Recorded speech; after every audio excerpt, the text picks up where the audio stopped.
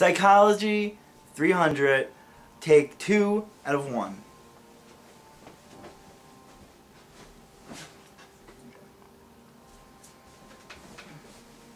Hello, I'm Dr. Michael Spittle. It's nice to meet you. You can call me Mike, or you can call me Dr. Michael, whichever you'd like. What was your name? Elizabeth? Elizabeth? Now, do you mind if I call you Liz? No. Okay, so call you Elizabeth then? Yes. Okay. Alright, well, I'd like to say thank you for coming in to speak with me. I'm very glad that you were here. I'd like to point out the video camera right there, because I'm recording this session for my Psychology 300 class. Now, at any point, if you feel that the need for me to stop the tape, I will definitely do so. But I do have to acknowledge the fact that if you do speak about harming yourself or another individual, that I'm going to have to report it. But do you understand and comply with these? Yes. Okay. So now, Elizabeth, I recognize that you are a woman about the same age bracket as myself. Do you feel that me being a male will hinder you from opening up and talking to me at all? No. Okay, I very much thank you about that. Alright, well, with that said, I'd like to establish a common theme here. I'm not here to tell you what to do. I want to create an environment with which you feel safe enough to express how you're feeling in your deepest thoughts. Now, what would you like to talk about today? They're following me. They? Now, what do you mean by they? Are there physical people following you? No. They didn't want me to come. But I wanted to come. But they didn't want me. Well, it's very good. I mean, even if these people are telling you not to come, at least you're able to see that you do need help, and that's very good. Now, why don't these people want you to come? Because they think you're evil. Oh, really? Now, with this kind of evil, like, what kind of evil are we talking about? They say that you're going to stop them. And they're going to come. So I take it that these are voices coming within? Yeah. Okay. So, basically these voices are telling you not to come here because they don't want you to get better. They don't want to stop. Now, what do they tell you what to do? I mean, do they speak to you in other ways besides just I see them. Really? Mm-hmm. Now, what do these physical entities come to your imagination to be? Like, what do they look like? When they're happy, they're a bright pink elephant and a fuzzy bunny. But when you make them mad, you don't want to make them mad. Could you be give me more of a specific time when you had made them mad? When I got up, they told me all night. That's all I heard. Go. You'll be sorry. Sorry? I came anyway. Oh, wow. Well, that's very good that you were able to actually come here. We don't know anymore. Yet. And what would be the consequence of taking this action? They said of burning the building. But I don't know where. Have these entities burned buildings in the past? We burned Dog's house when I was little. But I didn't do it. You didn't do it? I didn't do it.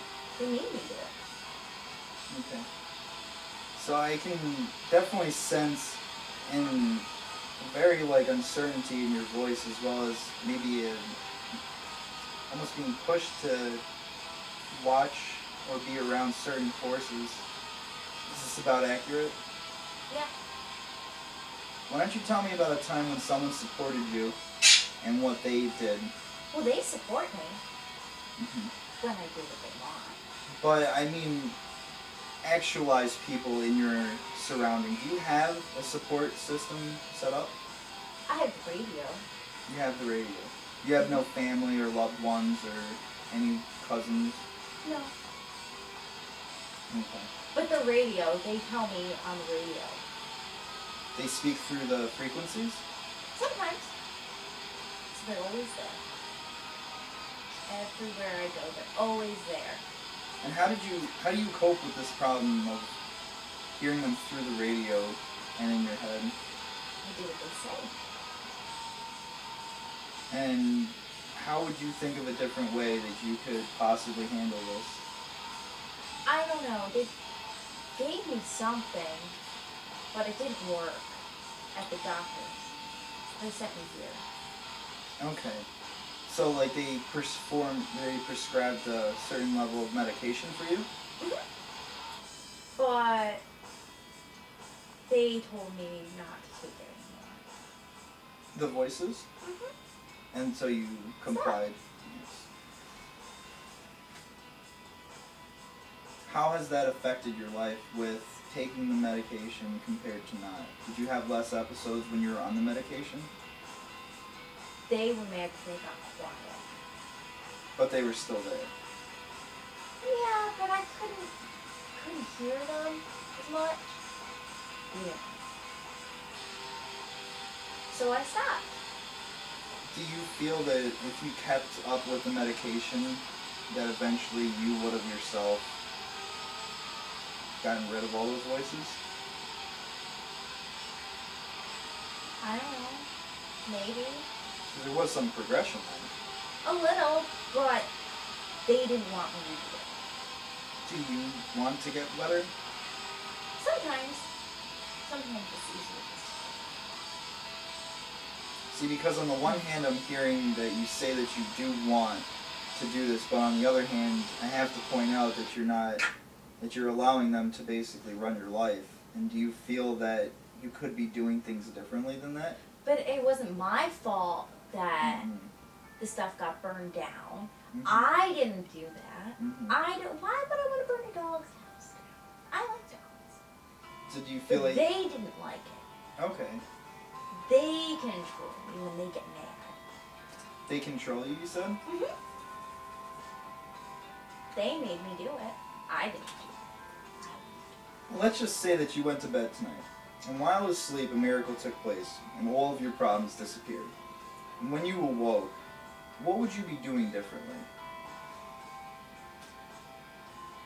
They wouldn't follow me.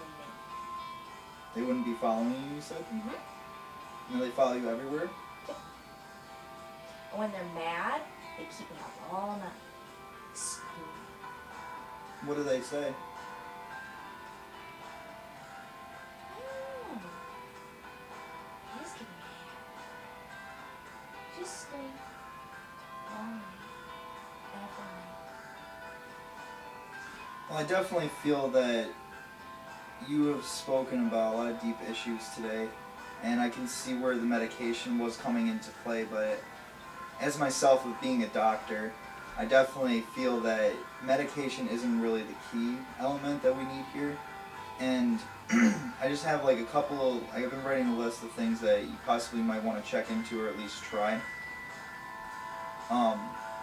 One, I definitely want to see a support system set up with you where I'm not going to be as available as other people will be, so maybe either checking you into a residential home or at least having someone watch you at your own residence might be an effective way to help eliminate this radio, for instance, that these entities are speaking through. Now, I feel that therapy twice a week with like a few homework, which is just going to be written. Have you ever written a journal before? Mm-hmm. Okay.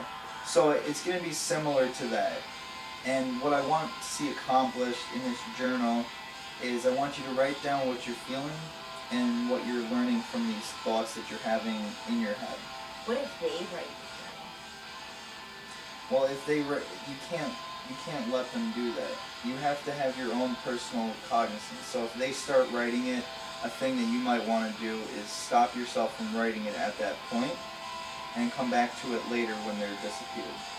Because if you just allow them to speak, all we're going to be speaking with is the voices in your head, and we're never going to be able to figure out the root of this problem. Okay.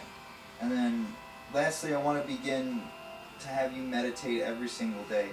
I have done a few studies across America that this schizophrenia is a residual type that basically stems in your brain, and the only way to fix it is, I mean, I'm not going to lie, there is no real rock hard way to fix it, but we can make it manageable if you want to. And obviously you do because you're here. So besides like the journal and that, the meditation has actually been found to have a very high successful rate in recovering and helping manage schizophrenics' lives. I'd like you to only try to focus up to 30 minutes in the beginning and eventually work towards at least 2 hours a day of this meditation. And while you're doing that, if you start to feel overwhelmed, with these voices, definitely go ahead and stop. But I feel that you will be able to do it. And when you're doing it, that might be a very good key point to writing down what you're feeling. Because while you're feeling those feelings with the voices speaking, I also want to get recorded how you're feeling with clarity. So what we can do then is just do that. If the voices keep talking, write down with what they're saying. But I also want clear-headed thoughts as well, and I want you to keep them separate so we know. Should I get them their own journal? That might be a good idea. Maybe make them different colors so you can tell the difference between the two. That might be... You'll tell the difference. Well, I'm definitely looking forward to reading what you've written down. I want to say that you are very courageous for coming in here, especially despite what they had said, even threatening you and whatnot. Unfortunately, our time has run up. I do sense that you are like a little bit scared and unsure of what is going on, but given what you've told me, your thoughts and feelings make a lot of sense to me. And I believe that you have a serious condition of this mental illness, which, like I had said, is a residual form of schizophrenia. And although it is incurable, it certainly is manageable. And with those few ways that I spoke about, we can definitely almost put an end to this. I am just curious, though, on a scale of 1 to 10, 1 representing you definitely won't, and 10 being you definitely will, how likely are you to follow through with what I suggested with the homework? Oh, I will. I will. 10. Yeah. Okay. So probably. So about a 5. For them.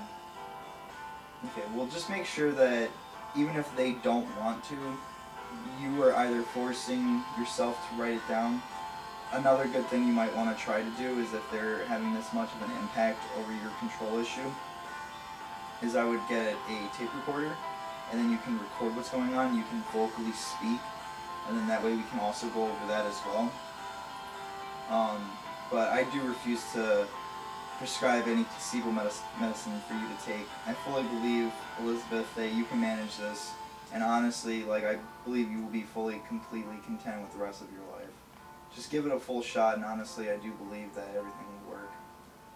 But when these voices start creeping up on you, I want you to take a couple of seconds and kind of relax. That's the good point that you should start meditating at, is every time that they start talking to you. Because in this instance, you can sit there and you can meditate and you can get your head clear of it. You just have to focus. And a good way of meditating while you're focusing is to be cautious and curious of the way you're breathing. You're breathing out and you're taking in. You want to just make sure you're aware of that. But I very much thank you for stopping in. And thank you so much, Elizabeth. Thank you.